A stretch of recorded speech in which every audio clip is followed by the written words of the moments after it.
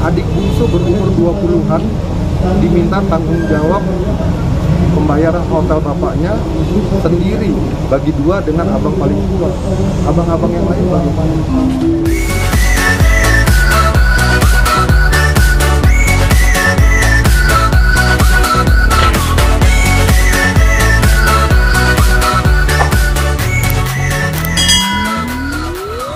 Jadi kami datang ke pengadilan ini untuk mengecek berita yang ramai mengenai Tamara digugat.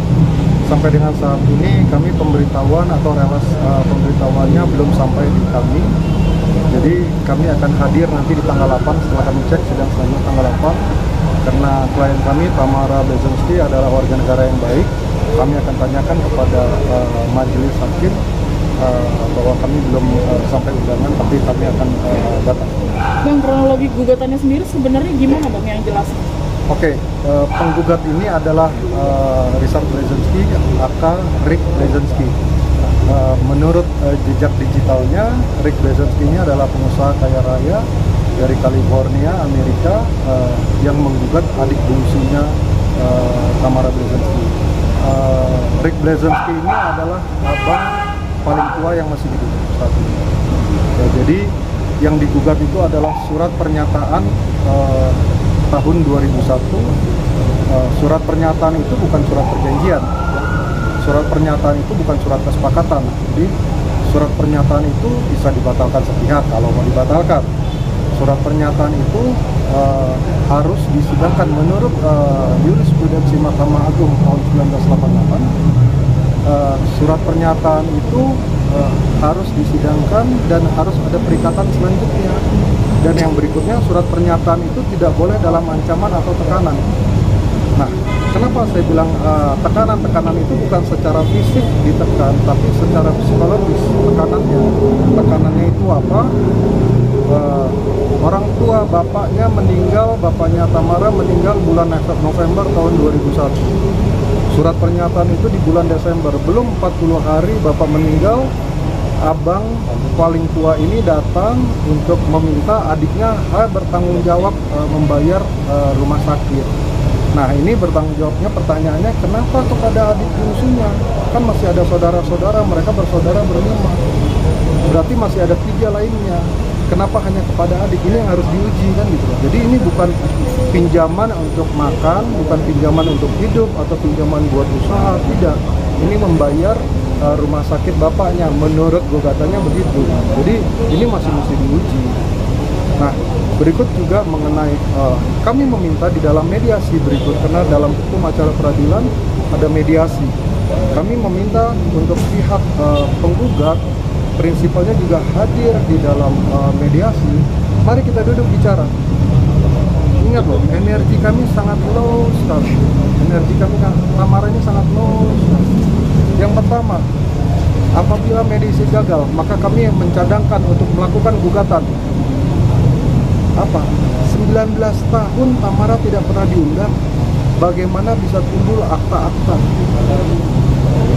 Syarat sahnya RUPS, akta itu diterbitkan adanya rapat umum pemegang saham biasa atau rapat umum pemegang saham luar biasa. Syarat sahnya RUPS itu harus ada undangan yang patut, yang kedua quorum, yang ketiga keputusan rapat, yang keempat risalah rapat. Kalau tidak diundang secara patut, bagaimana bisa quorum? Kan gitu. Ini kami bisa batalkan. Kalau ini dibatalkan, kami bisa gugat, kami bisa laporkan bahwa ini diduga palsu, keadaan palsu, karena tidak pernah Tamara diundang secara patut. Benar, pernah diundang 3 kali di koran, melalui koran. Sementara tahu alamat, kenapa diundang melalui koran? Kalau dianggap 3 kali ini sah, kalau 19 kali tidak pernah, ada 19 kali RUPS, baru 3 kali, yang 16 kali kemana? Jadi sekali lagi bahwa ini tidak begitu aturan-aturannya. Perusahaan itu dijalankan harus ada kaidah-kaidah yang merujuk kepada Undang-Undang Nomor 40 Tahun 2007 tentang PT. Yang kedua, imperatif atau keharusan pemegang saham diundang. Disampaikan bahwa Tamara tidak peduli kepada hotel. Tamara hanya mau minta dividen-dividen. bagaimana mau peduli, diundang aja enggak, di logika berpikirnya di mana gitu. Bagaimana mau peduli, diundang aja enggak mungkin datang ujuk-ujuk gitu. Ada aturan yang mengatur hubungan antara pemegang saham dengan perseroan, dengan pengurus, dengan direktur dan komisaris.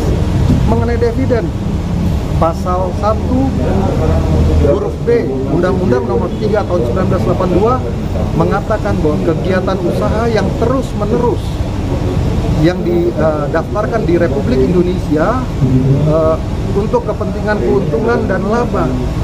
Ya, perusahaan didirikan memang untuk keuntungan dan laba, tapi andai kata rugi, ya dibicarakan ruginya ada di mana melalui rules.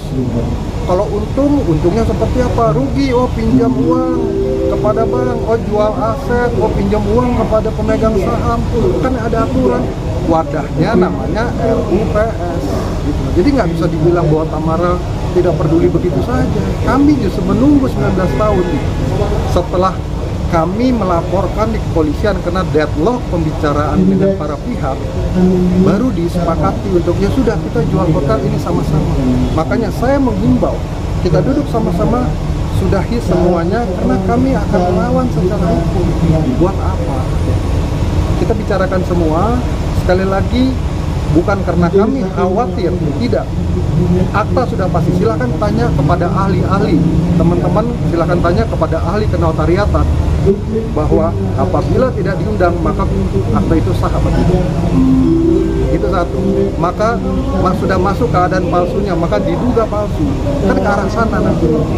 Makanya mari kita duduk bicara, sudahi semua ini. Karena ini adik bungsu. Tahun 2001 adik bungsu berumur 20-an diminta tanggung jawab pembayaran hotel bapaknya sendiri, bagi dua dengan abang paling tua. Abang-abang yang lain bagaimana?